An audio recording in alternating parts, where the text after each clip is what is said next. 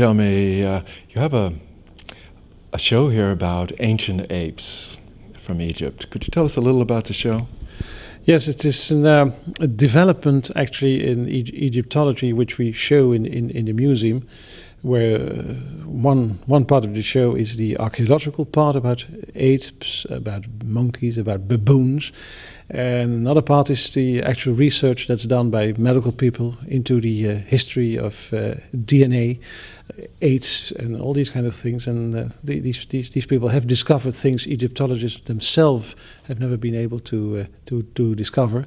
And they came to us for collaboration. We worked together, and we thought this we are going to show to the audience. Now, in ancient Egypt, the monkey, or the baboon more, was held to be sacred. Yes. How did that come about, and who were the characters that it represented? They represented. Yes, you very rightly say that the baboon was a sacred animal. A curious fact to our Western mind, if I may express myself that way. But anyway, a baboon knows exactly when the sun god, the mighty god of Egypt, when every morning the sun god appears over the horizon, and then he starts making noises. He does woo, woo, woo, all these kind of noises. Now the Egyptians have noticed this and have concluded that these baboons knew a thing about the world, about the sun god that humans don't know, the exact hour of the birth of the sun god. So they concluded that the animal was a very, very sacred, very holy being, worth to be venerated, worth to be venerated in temples, and they considered him in the end as the learned man, the secretary to the College of Gods, who takes account of time, of the rising tide of the Nile, of the time when children were born. In short, all kinds of aspects that have to do with time and its secrets. The baboon is the living image of this god, this called Thoth, and since he's the living image, he should be venerated. And the animal itself was considered as a god and venerated in temples. And when he died, he was well fed. He got lots of honey, and when he died, they mummified the animals. Now, the interesting point about this is that the group from the academic medical center here of our university here in Amsterdam, they went to Saqqara. They found the subterranean galleries of the baboons, and they analyzing the skeletons, the bones, and also the way they were mummified. They discovered a number of aspects about the cult of these baboons that were not known before, and that we are showing. We have a mummy of a baboon. We have the actual, the way they were mummified. They died. They were put in kind of bandages, soaked in kind of soda, and then put in little coffins filled with plaster. And the thing was lidded and was stuck away in these galleries. So that was an interesting aspect. At the same time, there's the traditional Egyptian part of the story, where the Egyptians represent the sacred baboon in their art, always in a magnificent way. I mean, it's incredible. The baboons shown in the exhibition are mostly very, very well made of ivory, bone, Egyptian faience, terracotta. Very well shaped, proportionally, beautifully well rendered, and as works of art, they're really interesting. Now, what we consider works of art has nothing to do with the Egyptian idea about works of art. I mean, art has a function. It serves something. It's not for beauty, not just for beauty. It should be beautiful because then it does homage to the gods. But in itself, the rendering should be truthful, well balanced, and at that time, at that moment, the thing becomes the god itself. An image of the god, well drawn, well modeled, is the god. And the better it's modeled, the better the god is represented, and the more it pleases to the god, and so on. These baboons, as I said, these sacred animals, play an important part in the funerary practice. The death after he died wishes to resurrect, wishes to live on in the hereafter, and he in some prayers he even expresses himself in the sense that he wants to be reborn as a baboon, which is a very curious way of expressing oneself according to Western mind, but not at all to Egyptian mind, because the baboon incorporates science, wisdom, and balance, which is very important to the ancient Egyptians. Then there is also the part where monkeys anyway are connected in one or another way with fertility. And there's a group of statues where you show statues of nude women surrounded by monkeys, even suckling a baby monkey, and this has to do with the wish for fertility for children, which naturally in an agricultural country as ancient Egypt was a very important fact of life, a very important element of the continuity of life. So we have different aspects of the baboon and the monkeys in ancient Egypt, in art, in the funerary arts, and then the academic medical centers research. As far as this last aspect is concerned, we show as a kind of help to the visitors, both in English and in Dutch, what actually is DNA, how does it function, how does it look, and other kinds of the investigations of the medical people. So that's present too. Well, yeah, I mean, I can only say that I hope that people will come and have a look. It's not so very large an exhibition. It's 3 rooms, and there is a supplementary corridor with nice watercolors of the exhibition. And one has the pleasure of seeing beautiful objects, interesting investigations in art and archaeology. So that should be sufficient for a nice afternoon. And tell me, how long will the exhibition be on, and how can people get here? Well, the Allard Pierson Museum is the archaeological museum of the University of Amsterdam. So it's a university collection. It's open every day except on Monday, from 10 o'clock in the morning to 5 o'clock, and on Saturday and Sunday it's open from 1 o'clock to 5 o'clock in the afternoon.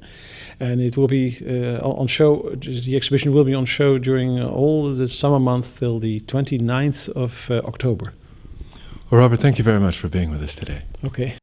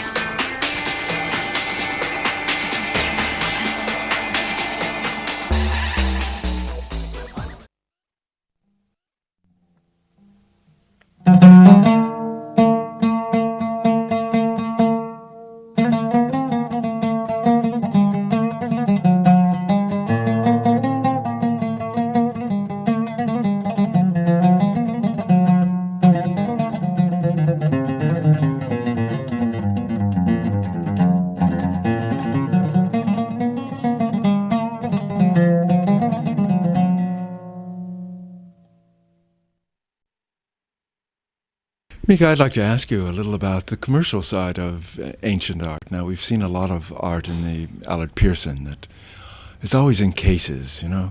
Here you have it, actually, people can come in and look at it and hold it and buy it if they really wanted to. Could you tell us a little about what a person might expect to be able to collect if they came into your shop? Just like they come into the museum, they come in here. They find the objects also in cases, but I can open it and I can let them see it from very close view and touch it and hold it. Like, for instance, I hold this very small baboon, Egyptian amulet, actually, like we've seen on the exhibition as well. And you can hold this.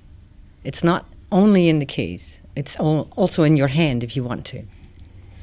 Now tell me, how old is this object and what does something like this cost someone if they wanted to come in and look at it? Well, this is from the Ptolemaic period, that is to say 3rd till 1st century BC.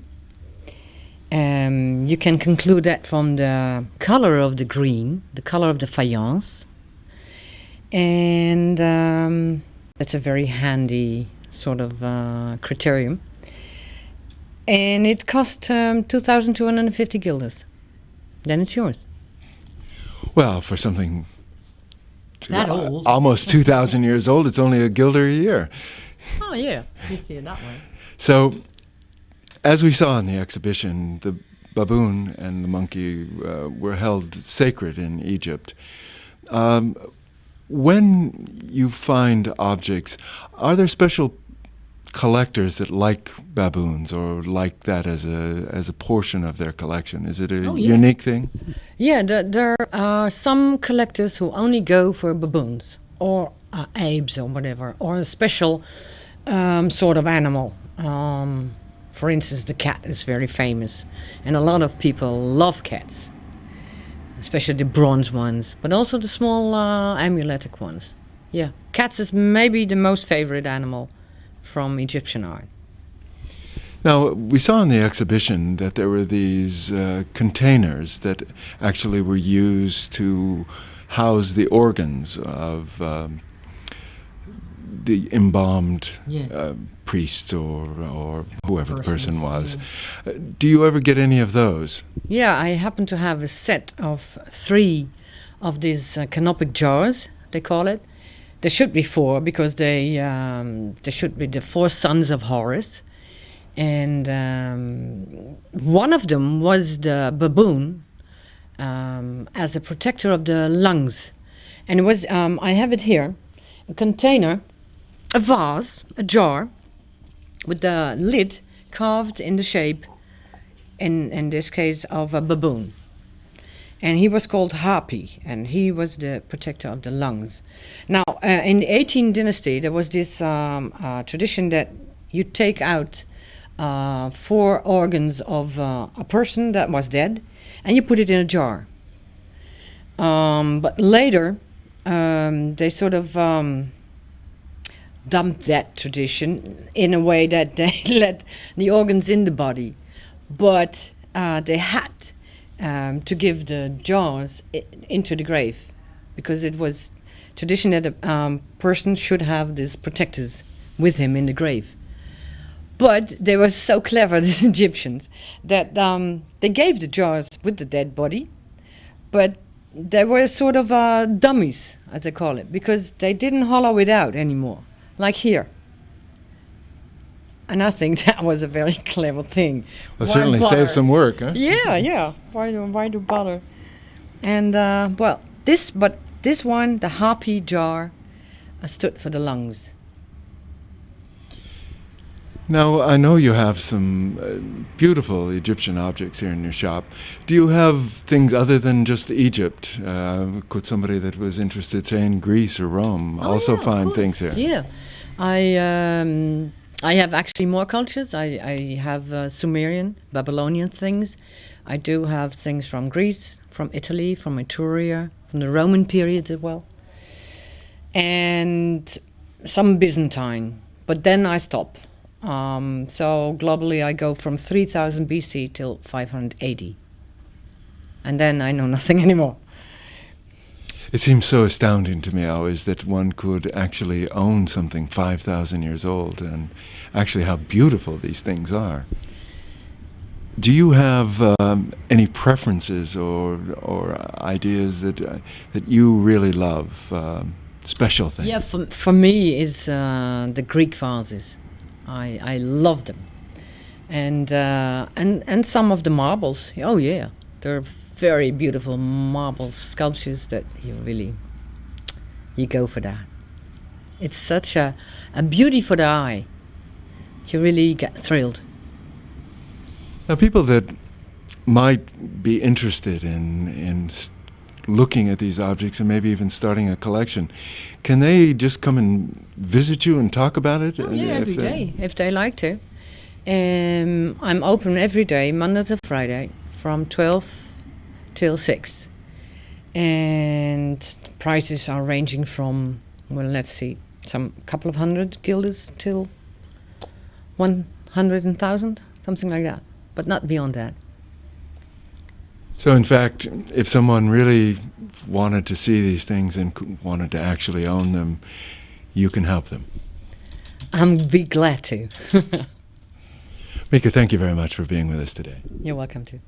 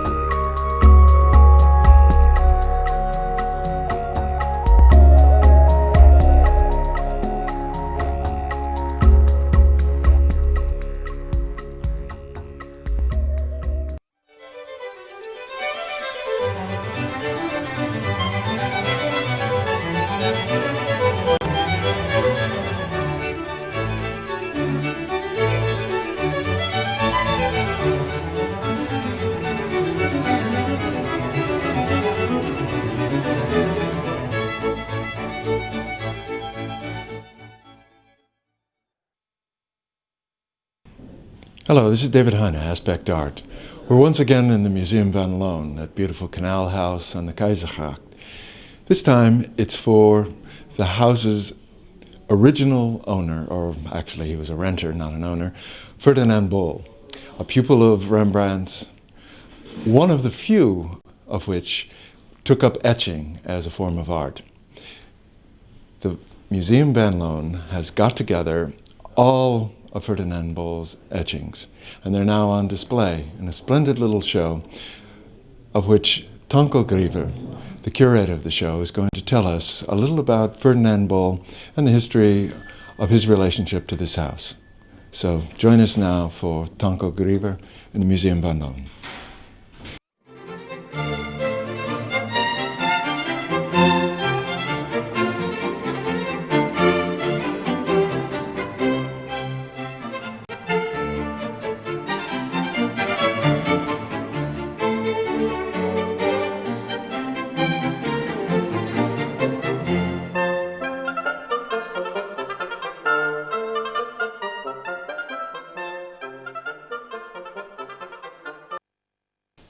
Franco, here we are in the Museum van Loon once again. You've mounted a splendid little exhibition of Ferdinand Bol. What do we know about Ferdinand Bol artistic development? He was a pupil of Rembrandt, or an assistant of Rembrandt. So in the beginning, in the early works of Ferdinand Bol, you see a very strong influence of Rembrandt in his paintings, in his etchings, in his drawings. But later on, when the style of Rembrandt is actually not fashionable anymore, you can see a move towards a more classical, international style, so that's looking more like the French paintings of the time, and it's not connected to Rembrandt anymore. But he had a big success both with his paintings in the style of Rembrandt and also with his paintings in the classical style. And he painted between 1635 and 1669. So in that time you see the move from his paintings in the style of Rembrandt towards the neoclassical paintings. Now, as a pupil of Rembrandt, he was certainly exposed to etching, and the primary focus of your exhibition here is Ferdinand Bol's etchings, of which he made a certain number. Could you tell us a little about his development as an etcher? Now, not a lot of Rembrandt's pupils or assistants even went on to etchings, did they? No, it's amazing. Rembrandt, of course, it was one of the greatest etchings in the world. And you think easily that his pupils would be etchers as well. But if you look carefully at all his pupils, then it's only Ferdinand Bol who made more than a limited number of etchings, and also he published his etchings and sold them. So, for example, Willem Droste made also 4 etchings, but they only survived in 4, 3, 6 exemplars. But Ferdinand Bol made 23, 21 etchings, and some of them are survived in 200, 120. A large amount of numbers are still there, so then you know that he has published them in 300, 400, 500 exemplars. So he was really busy with selling and making etchings. Also in his etchings are the influence of Rembrandt. There are many etchings are closely related to etchings of Rembrandt, but also very closely related to Jan Lievens, a friend of Rembrandt. And but it's also that Rembrandt looked at Ferdinand Bol, so they both influenced each other also. Now, one of the etchings up there, you were telling me earlier, in fact, because of a dating manner, that you were able to determine Rembrandt actually borrowed from Ferdinand Bol. And how did that go? There is a painting of Ferdinand Bol. It's normally dated 1641, but in fact it's the date is 1640. So there's an etching of Rembrandt with a figure in the same pose as on the painting of Ferdinand Bol, which is dated 1641. So if you dated the painting 1641, then it's logical that Ferdinand Bol looked at the etching of Rembrandt. But if the painting is 1 year before, then it's Rembrandt who looked at the painting of Ferdinand Bol, and Ferdinand Bol made an etching of his painting. So Rembrandt had looked at the etching or painting of Ferdinand Bol. But normally in literature you always will find that it is Ferdinand Bol who copied Rembrandt, but it's the other way around. Now, we're sitting here in the Museum van Loon, which is one of these splendid canal houses. In fact, Ferdinand Bol was a resident in this house, wasn't he? Yeah, we are very, very lucky. This house is now the Van Loon Museum, with everything about the Van Loon family. But in fact, the Van Loon family only recently, 1884, bought this house, and you have many more people living before the Van Loon family moved in. The house was built in 1672 for a merchant who bought 4 pieces of ground on which he built 2 houses. He was living in the house next door, and this house was rented out. And the first renter of the house is Ferdinand Bol. So Ferdinand Bol lived in this house from 1672 till 1680. And it's very nice that we prove that the Ferdinand Bol lived here is a lawsuit. Ferdinand Bol rented this house with a coach house at the back of the garden, but the coach house was not finished yet. So he got a quarrel with Mr. van Rij about the rent. And that lawsuit is still partly preserved in the archives of the city of Amsterdam. And there is written that Dortsman is the architect of the house, and that Ferdinand Bol rented the house from Van Rij, the owner of the house. But unfortunately, half of this burned, and so we don't know the end of the lawsuit. We didn't know if Ferdinand Bol won the case or Jeremias van Rij. Now, unlike Rembrandt, Ferdinand Bol ended up living in a really splendid house and obviously had some financial success. Could you tell us a little about his life and how he came to live in such a splendid house? Ferdinand Bol was born in Dordrecht, 1616. He was quite of a wealthy family. His father was a doctor, and he moved to Amsterdam around 1635, went to Rembrandt, and he had success with his paintings. He managed to have a lot of good jobs, so he was a good painter. I mean, he got splendid things to make. So he was a wealthy man, but after his wife died, he married a very wealthy widow, Anna van Erkel. So after his marriage, with the second marriage, he could easily afford himself to rent a large space, large house, like this house. So it's quite a contrast with his master, his teacher Rembrandt, who died as a poor man. Ferdinand Bol died as a wealthy man. So this house proved that. It seems to me that there is a certain time when you no longer see paintings or etchings by Ferdinand Bol. What happened? Did he just stop painting or what? He stopped painting, and I think in this house he never made a drawing, a painting or an etching, because there's no etchings or painting or work of him dated after 1669, the year he married Anna van Erkel. So he was here also written in the archive as a dealer and not as a painter. And there's a painting of him in that time made, and there you can see him not as an artist, but as a wealthy dealer, and there's no sign that he was an artist.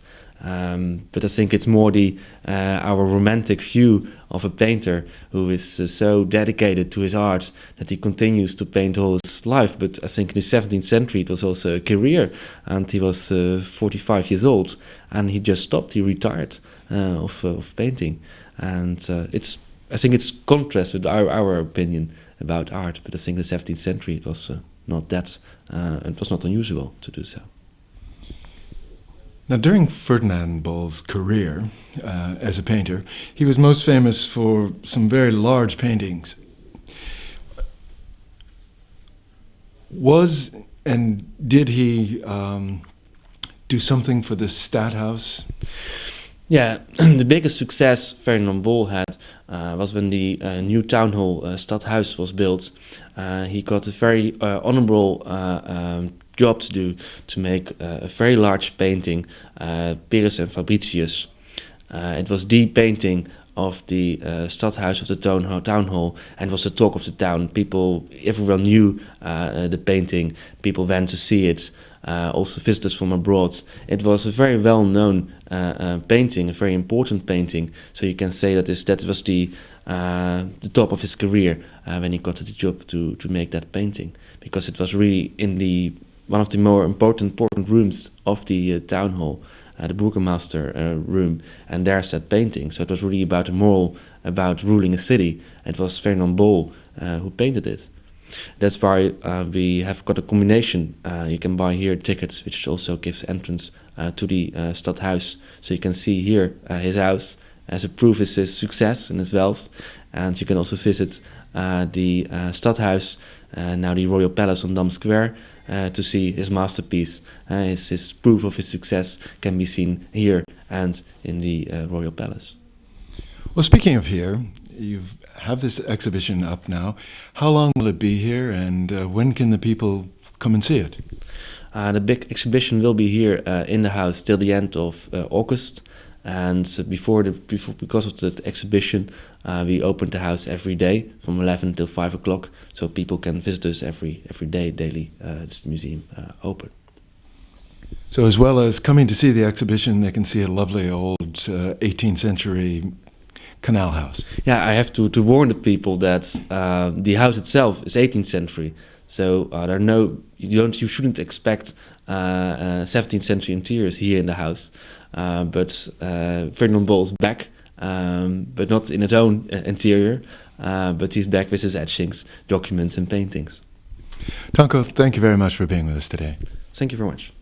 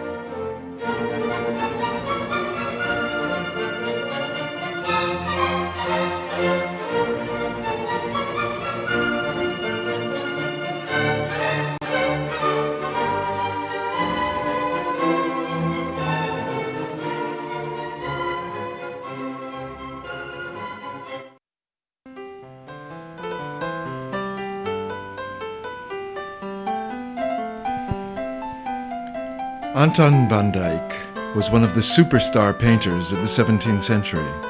He was wooed by kings and rich patrons. He was a child protege that studied and worked with Rubens in Antwerpen. During his short lifetime, he created an astounding number of paintings, drawings, and etchings. He was best known for his portraits and extraordinary drawings and etchings. Today, Ger Luton from the Rijksmuseum in Amsterdam will give us some insights into Van Dyke's etching technique.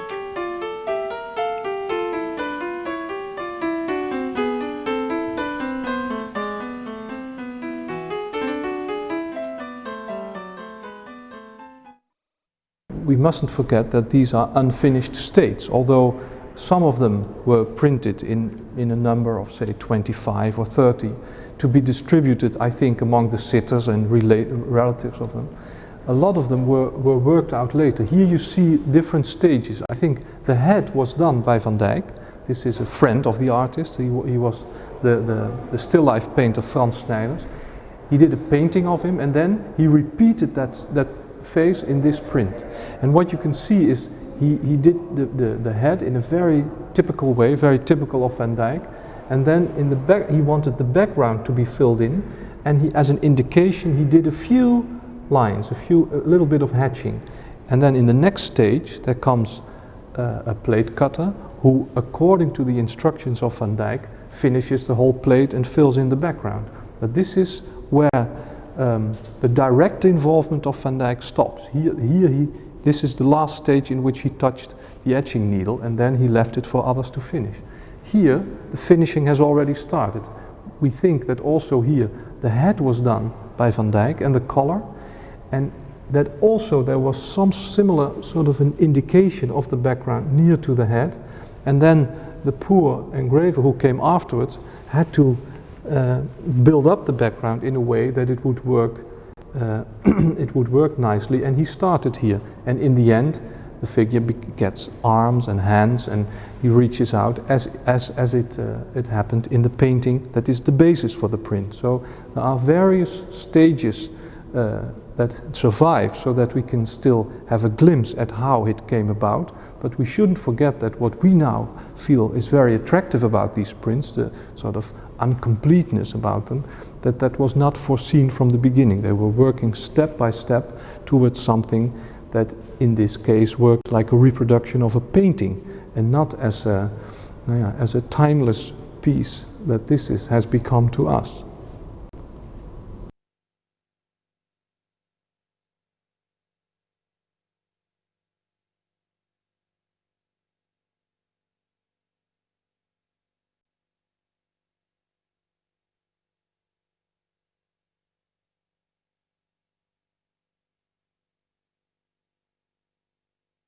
I think Charles was so impressed by the quality of his work and by what connoisseurs from his circle said about Van Dyke, that by the end of the 1620s, when he had only been back in Antwerp for a few years, he tried to attract his attention. He commissioned a big painting from him and then asked him to come and work at his court in England, which he did in the end. Yeah, you can indeed compare it with a sort of transfer situation with football clubs, where they want to please you and offer you all sorts of things if you come and play in their team. And this is what happened. He went over to England, got an annual salary where he could live on, but he was free to paint all sorts of other commissions as well, and he still was paid for a painting he did. So a lot of the royal portraits done of Charles I and Henrietta Maria, which he did and which were distributed among friends and adherents and to people on the continent, were done by Van Dyke or copied after him. So he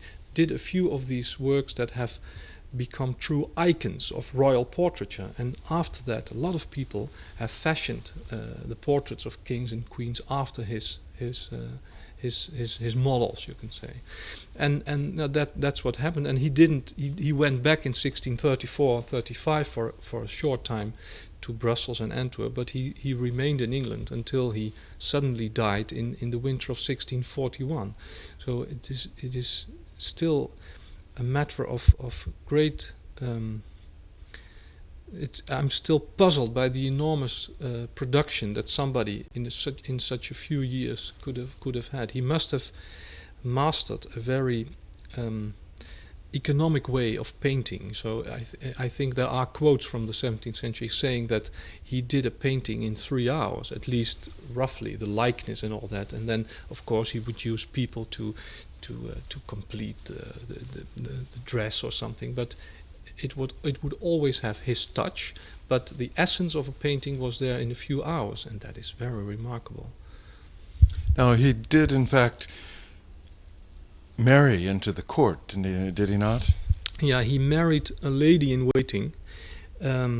He remained a bachelor for quite a long while. He was also a member of a sort of group of a Jesuit-inspired group of bachelors in Antwerp, for which he painted a few altarpieces cheaply as a sort of contribution to the church.